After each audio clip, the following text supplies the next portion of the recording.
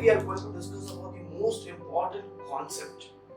The most important concept. बहुत अच्छे सुनना, क्योंकि डिस्क्रिप्शन में तो सिर्फ डेफिनेशन रहेगा, और बियॉन्ड डेफिनेशन ये बहुत कुछ, वेरी वेरी इंपॉर्टेंट। और थोड़ा बहुत शॉर्टकट्स दूंगा, थोड़ा बहुत कॉन्सेप्ट बताऊंगा, जबरदस्त वाला कॉन्सेप्ट है। प्लीज बहुत अच्छे से सुनना इस लेक्चर को, और अच्छे से पॉइंट को नोट डाउन करना, और चीजों को याद रखना, बहुत इंपॉर्टेंट। ठीक है, टॉपिक का नाम है फेज ऑफ एसएचएम। क्या नाम है टॉपिक का? Phase of SHM. एसएचएम का फेज मतलब क्या? What is phase of SHM? Phase का मतलब है जो पार्टिकल का स्टेट ऑफ वाइब्रेशन बताएगा, ऐसी क्वांटिटी जो पार्टिकल की स्टेट ऑफ वाइब्रेशन बताएगा। Phase is that quantity which gives state of vibration of the particle. इसका मतलब ये है कि पार्टिकल का स्टेट ऑफ वाइब्रेशन का मतलब क्या? पार्टिकल का वो बताएगा पोजीशन, और पार्टिकल का वो बताएगा डायरेक्शन। याद रहेगा बच्चों कि एक ऑसिलेशन चल रहा है, एक ऑसिलेशन हो रहा है, और ऑसिलेशन करते हुए पार्टिकल किधर है, कौन से डायरेक्शन में जा रहा है, ये बताने का काम फेज है।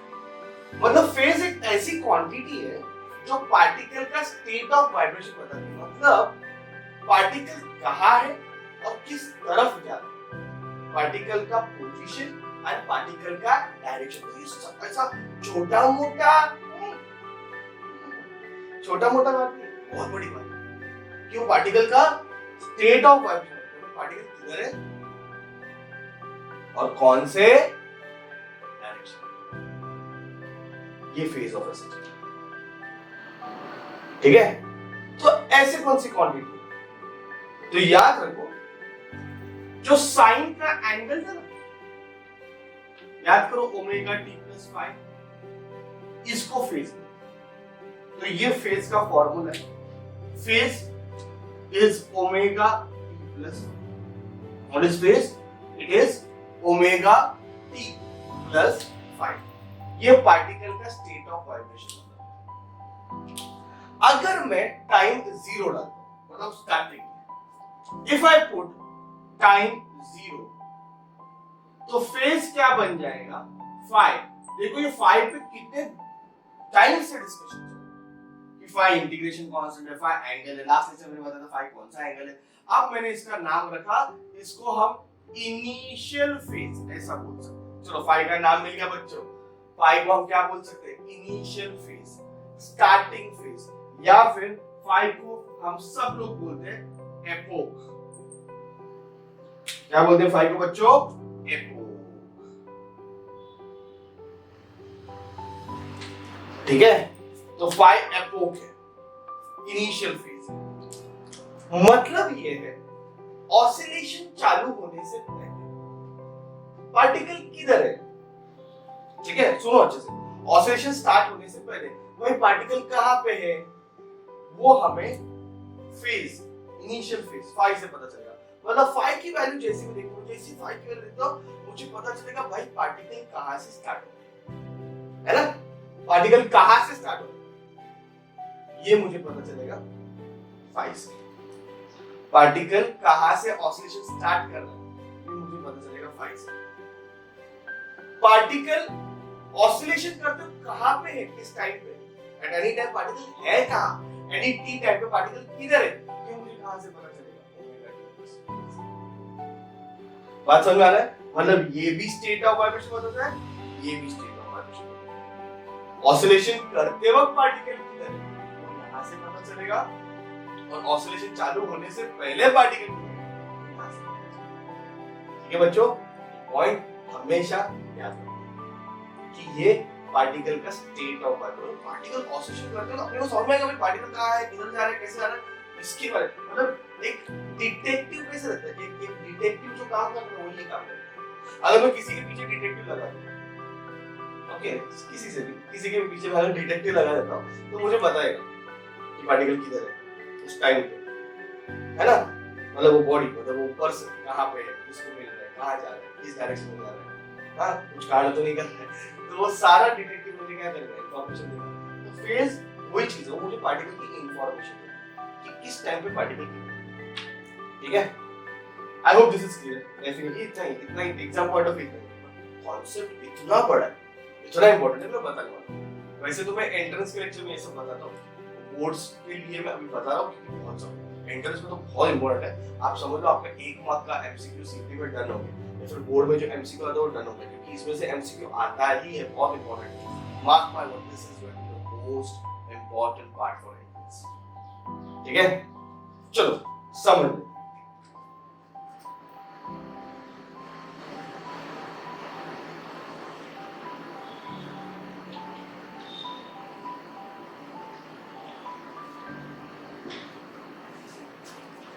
What is time taken for one oscillation? एक ऑसिलेशन को कितना टाइम लगता है? तो आंसर है कैपिटल टी, है ना। फॉर्मूला भी अपने को पता है, कैपिटल टी का 2 पाई अपॉन ओमेगा, इससे हम फाइंड कर सकते हैं। लास्ट टाइम सम्स भी किए थे, इसको हम टाइम पीरियड बोलते हैं। क्या बोलते हैं इसको? Time period. एक ऑसिलेशन करने को कितना टाइम लगेगा? सुन लेना, बहुत सुनना, अच्छे से सुनना। एक ऑसिलेशन करने को कितना टाइम लगता है? Capital T. कम ऑन, एक ऑसिलेशन करने को कितना टाइम लगता है? Capital T. आधा ऑसिलेशन करने को कितना टाइम लगेगा? T/2, है ना। आधा ऑसिलेशन करने को टाइम कितना लगेगा? T/2। आधा ऑसिलेशन मतलब O से A, A से O, ये आधा ऑसिलेशन हो गया। कंप्लीट ऑसिलेशन मतलब O से A, A से B, B से O, इसको कंप्लीट ऑसिलेशन बोलेंगे। आधा ऑसिलेशन मतलब O से A, A से O, कितना टाइम लगता है? T। उसका आधा ऑसिलेशन करने को मतलब O से A जाने को कितना टाइम लगेगा? बोलो कितना टाइम लगेगा? T/4, है ना। Time taken to move from O to A is T/4. That is mean to extreme. O to A मतलब क्या है? mean to extreme position. तो mean position से extreme position जाने को कितना टाइम लगेगा? T/4। सिंपल। एक ऑसिलेशन करने को कितना टाइम लगता है? एक ऑसिलेशन करने को कितना टाइम लगता है? T। आधा ऑसिलेशन करने को कितना टाइम लगेगा? T/2। उसका आधा ऑसिलेशन करने को कितना टाइम लगेगा? T/2। उसका आधा ले लेते हैं। If I consider M as a midpoint, अगर मैं उसका भी आधा ऑसिलेशन लेता हूं, मतलब O से M जाने, तो O से M जाने को कितना टाइम लगेगा? तो T/8 लगेगा, है ना। T/8 लगेगा M से A जाने को, है ना। इसका आधा लेगा तो T/8 लगेगा। So time taken to move from O to M, check करें, फाइंड कर लेते। चलो फाइंड कर लेते। तो x is equal to A sin omega t plus 5। O से M स्टार्ट कहां से हो रहा है? O से। O से स्टार्ट हो रहा है, मीन पोजीशन स्टार्ट हो रहा है, तो 5 की वैल्यू कितनी हो गई? 0। अगर पार्टिकल मीन से चालू होता है तो 5 की वैल्यू कितनी होती है? 0। अगर पार्टिकल मीन से चालू हो रहा है तो 5 की वैल्यू कितनी होती है? 0। डिस्प्लेसमेंट कितना है? O से A। अभी ये एम्पलीट्यूड है और ये मिड पॉइंट है बच्चों, ये एम्पलीट्यूड है, बराबर है। अरे मीन से एक्सट्रीम मतलब एम्पलीट्यूड हो गया ना, उसका हाफ मतलब ये A/2 हो गया। तो ये डिस्टेंस कितना हो गया बच्चों? A/2। तो x की value A/2 is equal to A sin omega t, 5 की वैल्यू 0 है। समझा? x की वैल्यू A/2 है। A कैंसिल हो गया, साइन को इधर लेके आओ, तो omega t is sine inverse of half, बराबर है। ओमेगा की वैल्यू अपन क्या लिख सकते हैं? 2 pi upon capital T into small t। Sine inverse of half, sine की वैल्यू हाफ कभी होती है? That is π/6। ये पाई और ये पाई क्या हो गया? कैंसिल। t को उधर लेके जाओ, 2 को इधर लेके जाओ, तो t का वैल्यू आएगा T/12 सेकेंड। मतलब हमने जो सोचा था, हमारा जो आंसर है वो एब्सोल्युटली रॉन्ग है। मीन पोजीशन से मिड पॉइंट जाने को उसको टाइम लग रहा है T/12। कितना टाइम लग रहा है बच्चों? T/12। ठीक है, ये गेम तक सब लोग T/8 लिखेंगे, सब लोग। आप लोग नहीं लिखोगे आज के बाद कि मीन से मिड पॉइंट जाने को टाइम कितना लग रहा है? T/12 लग रहा है। और मिड पॉइंट से एक्सट्रीम जाने को कितना टाइम लगेगा? What is the time taken from mid point two extreme? अब ये तो आप बोल सकते हो आराम से, है कि नहीं? मीन से एक्सट्रीम जाने को टाइम लगता है t/4 और मीन से मिड पॉइंट जाने को टाइम लगता है t/12। तो आंसर कितना आ गया? t/6। तो ये भी रॉन्ग था। तो मीन से एक्सट्रीम t/4, मीन से mid point t/12, mid point two extreme t/6 time लगता है। ठीक है, छोले भाई, हेरा फेरी है, हेरा फेरी है, हेरा फेरी है, बहुत बड़ी हेरा फेरी है। ठीक है, सब लोग t/8 मार्क करेंगे, तुम लोग ऐसा मत करो, बहुत इंपॉर्टेंट लेक्चर याद रखो। मीन से एक्सट्रीम जाने को कितना टाइम लगता है? t/4 याद रखो। मीन से मिड पॉइंट आने को कितना टाइम लगता है? t/12। मिड पॉइंट से एक्सट्रीम जाने को कितना टाइम लगता है? t/6। अभी आप मुझे पूछो कि ऐसा क्यों अलग अलग टाइम के लग रहे हैं? आई एक्सप्लेन, लास्ट में एक्सप्लेन करता, अभी तक खत्म नहीं करना है, बहुत बाकी। चलो ये लर्न कर दो, ये लर्न कर दो, ये लर्न कर दो, मेरे साथ बोलो चाहिए तो। मीन से एक्सट्रीम जाने को कितना टाइम लगता है? कम ऑन, t/4 मीन से एक्सट्रीम, देखो प्रूव भी किया इक्वेशन से, है ना, सारी चीजें। मीन से एक्सट्रीम जाने को कितना टाइम लगता है? t/4। मीन से एक्सट्रीम जा कितना टाइम लगा? t/4। एक कंप्लीट ऑसिलेशन को कितना टाइम लगा? t। कम ऑन मेरे साथ, एक कंप्लीट ऑसिलेशन को कितना टाइम लगा? t। आधा ऑसिलेशन को कितना टाइम लगा? t/2। उसका आधा ऑसिलेशन कितना टाइम लगा? t/4। मतलब मीन से एक्सट्रीम जाने को टाइम लगता है t/4। बात दिमाग में फिट कर दो।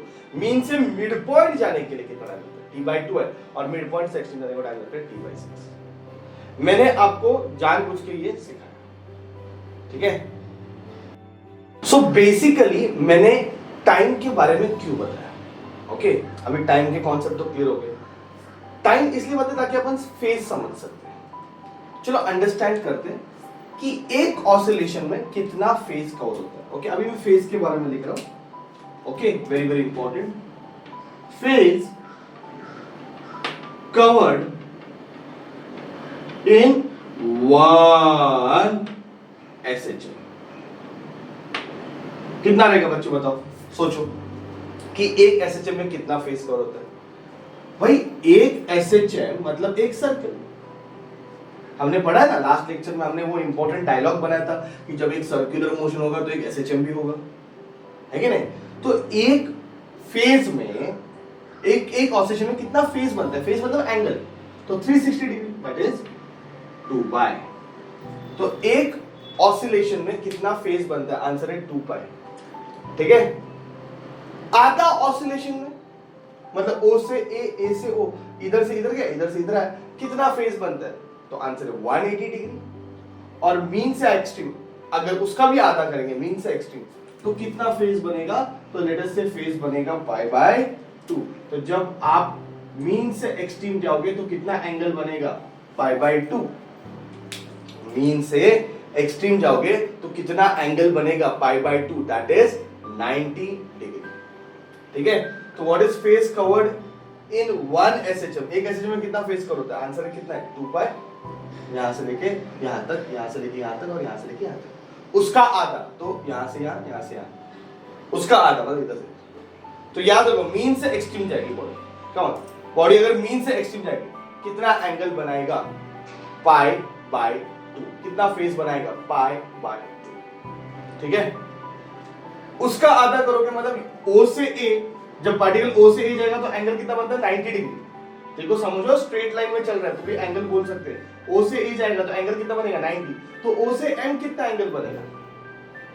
सब बोलेंगे 45, पर ऐसा नहीं है। अभी आप समझो, अगर मैं phase covered from O to M ले रहा हूं बच्चों, O से M जाने को कितना फेज कवर होता है? तो फेज का फॉर्मूला अपने को पता है, omega T plus pi. Omega की वैल्यू 2π अपॉन कैपिटल टी, है ना? और O से M जब जाएगा तभी मैंने कितना टाइम लिया? t/12। ये तो जोड़ के निकाला है, जो टाइम का वैल्यू पता है पहले सब्स्टिट्यूट कर दिया। फेज 0 है क्योंकि मैंने O से स्टार्ट किया हुआ है। टी कैंसिल, 2 1 2 6, द आंसर क्या आएगा? π/6 रेडियन, मतलब 30 degree.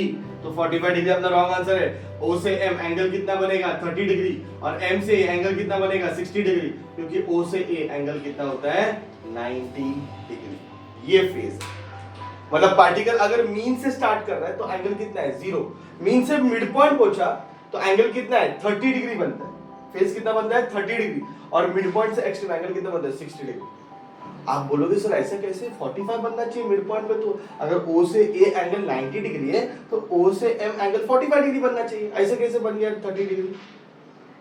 This is because speed बच्चों, स्पीड। याद करो मैंने बोला था एग्जाम में कि बहुत इंपॉर्टेंट कॉन्सेप्ट है कि यहाँ पे वेलोसिटी बहुत ज्यादा मैक्सिमम होती है, इतनी ज्यादा मैक्सिमम वेलोसिटी होती है, और यहाँ पे वेलोसिटी कितनी होती है 0। तो जैसे पार्टिकल यहाँ से निकलता है वो जल्दी जल्दी डिस्टेंस कवर करता है, कम टाइम में ज्यादा डिस्टेंस कवर करता है। तो पहला हाफ कवर करने को उसको कम टाइम लगता है, दैट इज t/12, और आगे का हाफ कवर करने को उसको ज्यादा टाइम लगता है t/6, क्योंकि उसकी स्पीड फिर बाद में कम हो जाती है। स्टार्टिंग में उसकी स्पीड इतनी ज्यादा है कि उसने स्टार्टिंग का पार्ट कवर करने को कम टाइम लगा, दैट इज t/12। तो मेन रीजन ये सब वेरिएशन जो आ रहा है it is because of the speed. I hope you understood. चलो फिर से एक बार अच्छे से करते हैं। अगर आप मेन पोर्शन पे हो तो आपने कितना फेज बनाया 0, मीन से एक्सट्रीम जाओगे 90, ओके, मीन से मिड पॉइंट जाओगे 30, और मिड पॉइंट से एक्सट्रीम जाओगे 60, ओके। अब अगर मैं आपके सामने एक क्वेश्चन रखता हूं, okay, phase covered in 3/8 oscillation, कि भाई 3/8 ऑसिलेशन में कितना फेज कवर होता है, तो सब बच्चे क्या करेंगे कि भाई एक ऑसिलेशन में 2 पाई कवर होता है, तो 3/8 ऑसिलेशन में 2 पाई इंटू 3/8, तो सारे बच्चे मुझे इतने सालों से आंसर दे रहे हैं 3π/4। भाई एक ऑसिलेशन में 2 पाई फेज कवर होता है, तो 3/8 ऑसिलेशन में कितना कवर होगा, तो 2 पाई इंटू 3/8, आंसर कितना आएगा 3π/4, जो कि रॉन्ग है बच्चों। Yes, this is absolutely wrong. अब कर देता हूं इसको, ये रॉन्ग है, 3π/4 आंसर आ ही नहीं सकता। क्वेश्चन है कि कितना फेज कवर होता है 3/8 ऑसिलेशन में, मतलब 3/8 ऑसिलेशन में कितना एंगल बनता है।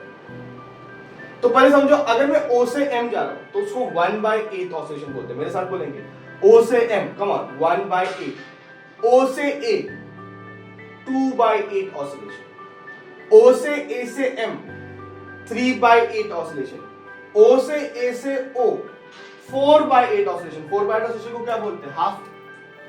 सपोज यहाँ का मिड पॉइंट 10 है, फिर से देखो O से M गया 1/8 ऑसिलेशन गया, O से A गया 2/8 ऑसिलेशन गया, O से A से M आया 3/8 ऑसिलेशन गया, O से A से O आया 4/8 ऑसिलेशन गया, O से A से N आया 5/8 ऑसिलेशन गया, O से A से B गया 6/8 ऑसिलेशन गया, O से A से B से N आया 7/8 ऑसिलेशन आया, O से A से B से वापस O आया, तो 8/8 ऑसिलेशन हुआ, मतलब एक ऑसिलेशन हुआ। मैंने इसको 8 पार्ट में डिवाइड किया, बात समझ में आ रहा है। तो 3/8 का मतलब क्या है, O से A से M 3/8 ऑसिलेशन, मतलब 8 पार्ट में डिवाइड किया, उसका 3 पार्ट कंसीडर करना है। O से M ये फर्स्ट पार्ट है, O से A ये सेकंड पार्ट है, O से A से N मतलब 3/8 ऑसिलेशन।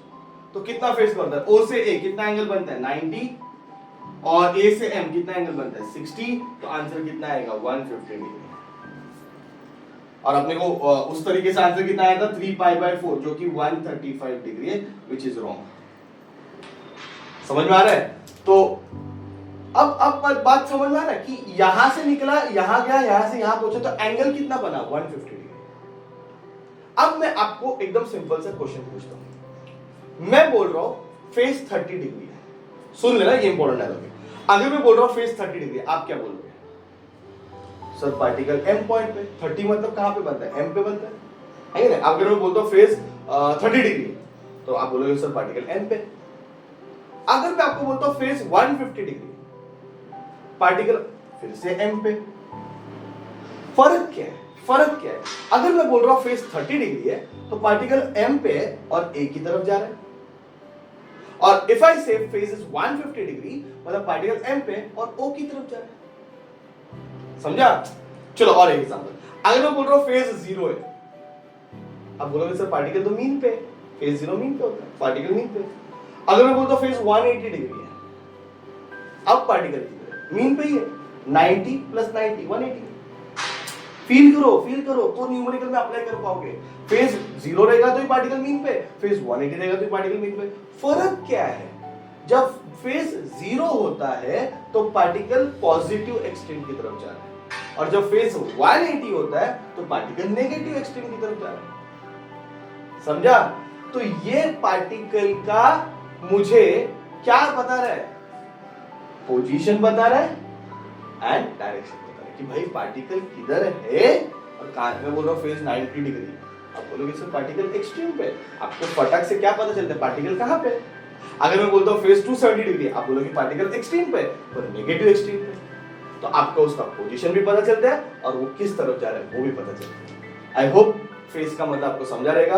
फेज एक ऐसी क्वांटिटी, फेज मतलब एंगल है, साइन का एंगल है, फेज एक ऐसी क्वांटिटी है तो पार्टिकल का क्या बताते हैं, पोजीशन एंड डायरेक्शन। और ये कुछ पॉइंट्स मैंने एंट्रेंस पॉइंट ऑफ व्यू है मैंने बता दिए, अभी बोर्ड्स के लिए तो इतना ही काफी है, कॉन्सेप्ट थोड़ा याद रखो, पर ये मालूम होना चाहिए ना, तो कितना मिस्टेक होगा अगर नहीं मालूम रहेगा, सब रॉन्ग रॉन्ग लिखेंगे, है कि नहीं। तो मैंने आपको बता दिया, 1 मार्क का क्वेश्चन में एक्सपेक्ट करो इस पार्ट से आएगा और आप डायरेक्ट टिक मार्क कर दोगे, क्योंकि आपको ये लर्न करना है मीन से मिड पॉइंट, मीन से एक्सट्रीम कितना टाइम लगता है, कितना एंगल लगता है, और ये सब क्यों हो रहा है, वेलोसिटी की वजह से। तो मेन कल्प्रिट इज वेलोसिटी, ठीक है।